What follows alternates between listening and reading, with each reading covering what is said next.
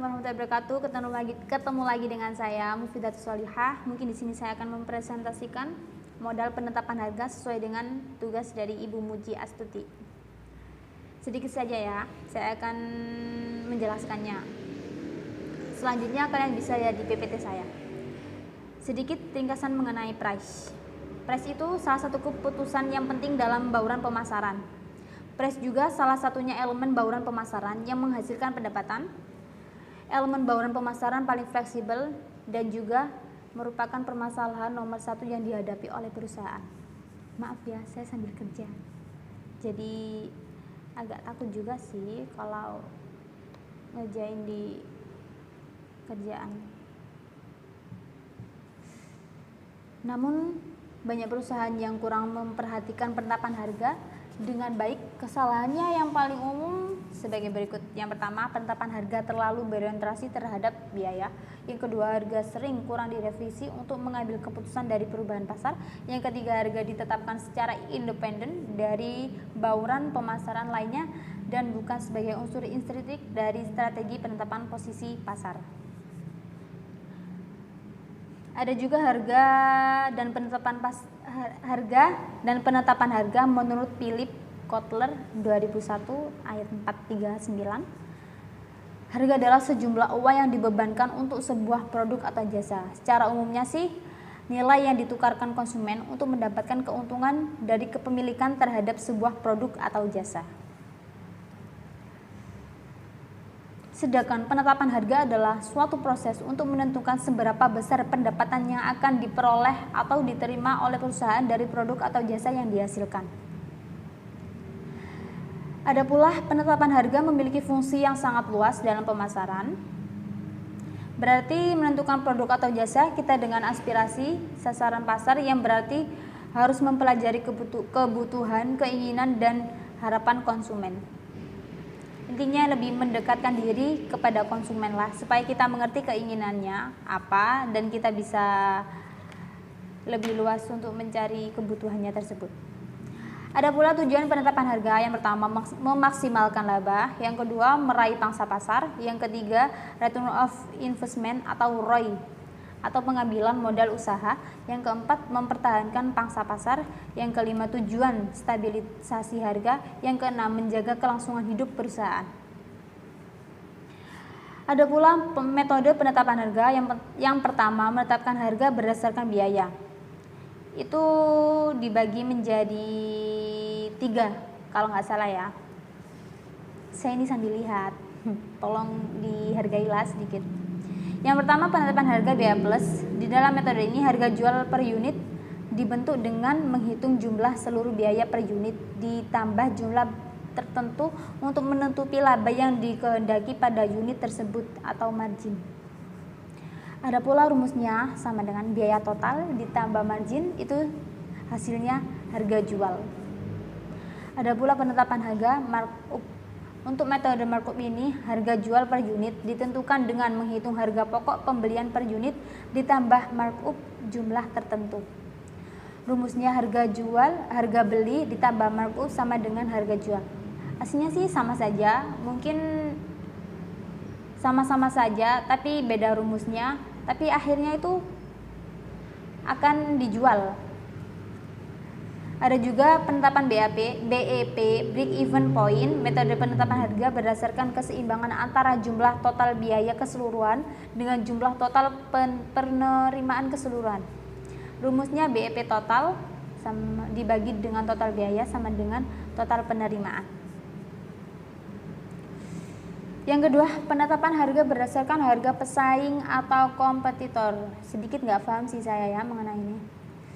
Penetapan harga yang dilakukan dengan menggunakan harga kompetitor sebagai referensi di mana dalam pelaksanaan lebih cocok untuk produk yang standar dengan kondisi pasar oligopoli. Mungkin begini ya, jadi kita kalau ingin menjual sesuatu kita harus lihat sekeliling dulu di mana harganya. Intinya kita harus menyesuaikannya, tidak boleh terlalu tinggi untuk mengambil keuntungan dan juga nggak boleh terlalu rendah untuk menjualnya. Umumnya sih kita harus samakan dengan yang lain biar sama-sama Yang paling penting sih kualitasnya beda gitu aja ya. Ada pula penetapan harga berdasarkan permintaan. Jadi suatu penetapan harga didasari persepsi konsumen terhadap value atau nilai yang diterima. Price value. Sensitivitas harga dan perceived quality untuk mengetahui value dan harga terhadap kualitas. Maka analisa price sentimeter atau PSM merupakan salah satu bentuk yang dapat digunakan pada analisa ini. Gimana ya itu? Saya sedikit nggak bisa menjelaskan kalau itu ya. Konsumen diminta untuk memberikan pernyataan di mana konsumen itu merasa harga murah, terlalu murah, terasa murah, mahal, dan terlalu mahal, dan dikaitkan dengan kualitas yang diterima. Oh, jadi itu kayak gini ya. Mungkin ini yang dimaksud itu permintaannya itu penetapan harganya itu berdasarkan permintaan konsumen tersebut. Jadi kayak saya ingin membeli kue, kue gitu ya. Terus kue itu sesuai dengan permintaan kita dan harganya juga sesuai dengan permintaan kita. Jadi penetapan harganya dari customer itu sesuai dengan permintaan kita. Mungkin begitu ya. Ada pula strategi penetapan harga. Strategi penetapan harga adalah tahapan di mana perusahaan mengklasifikasikan dan menggolongkan produk atau jasa yang dihasilkannya. Itu merupakan produk baru yang belum memiliki konsumen loyal atau produk yang telah beredar, yang telah memiliki pangsa pasar tersendiri. Mungkin ini kayak produk baru yang belum ada di kalangan sekitar. Jadi kita harus mempromosikannya terlebih dahulu. Kita harus lebih giat untuk kreatif dalam berbicara, dalam membuat produk tersebut. Yes, kayaknya sih seperti itu.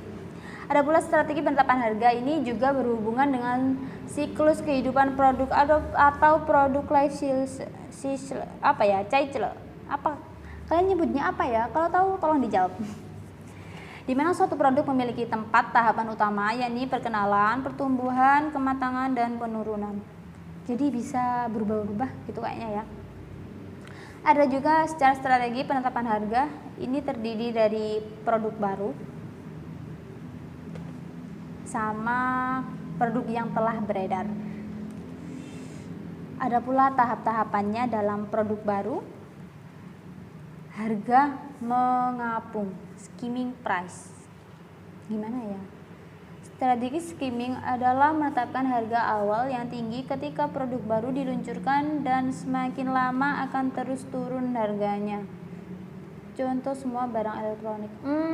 Jadi gini ya, kayak barang elektronik kan semakin lama kan kalau nggak dipakai kan pasti menurun, semakin rusak gitu ya.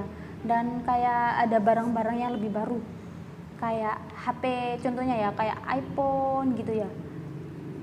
Terus kan nanti pasti ada sih HP Android gitu yang baru.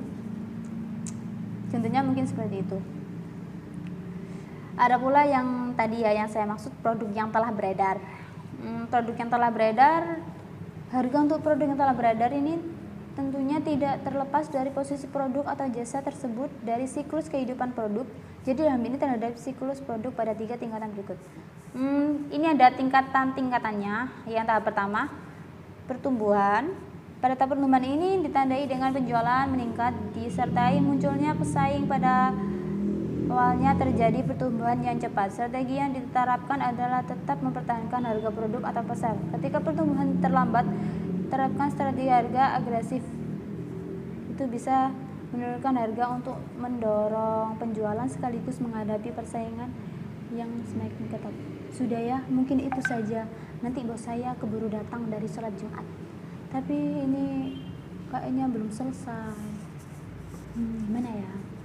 Saya lanjutkan deh yang kedua, tahap kematangan.